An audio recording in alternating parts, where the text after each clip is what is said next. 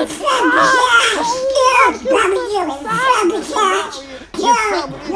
like to eat? America loves to eat. So why not open up somewhere America can sit down, enjoy a meal, and get the seat rub? We'll fry anything you want for $5.99 as long as it's friable or edible. We're going to make it delicious. We'll fry parts of the chicken you didn't eat know it's friable. The beef, the feathers, we'll fry candy bars. All that European stuff that you don't really normally eat, we'll bring it down here and fry it for you. Ask McDonald's to fry something other than what they normally fry. Guess what you're going to get?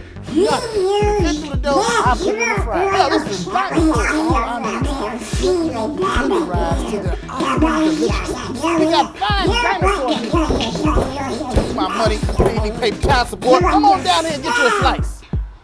Once they get your social security number, it's over. Motivated. So friends, let's just decide you don't want no barbecue. Well, that's fine too. I'm not letting one of my foot specialists on my stomach. No, I'm back. Look at it. Doesn't that look wonderful? If you really pay me enough, you'll massage your feet in any of these sauces also.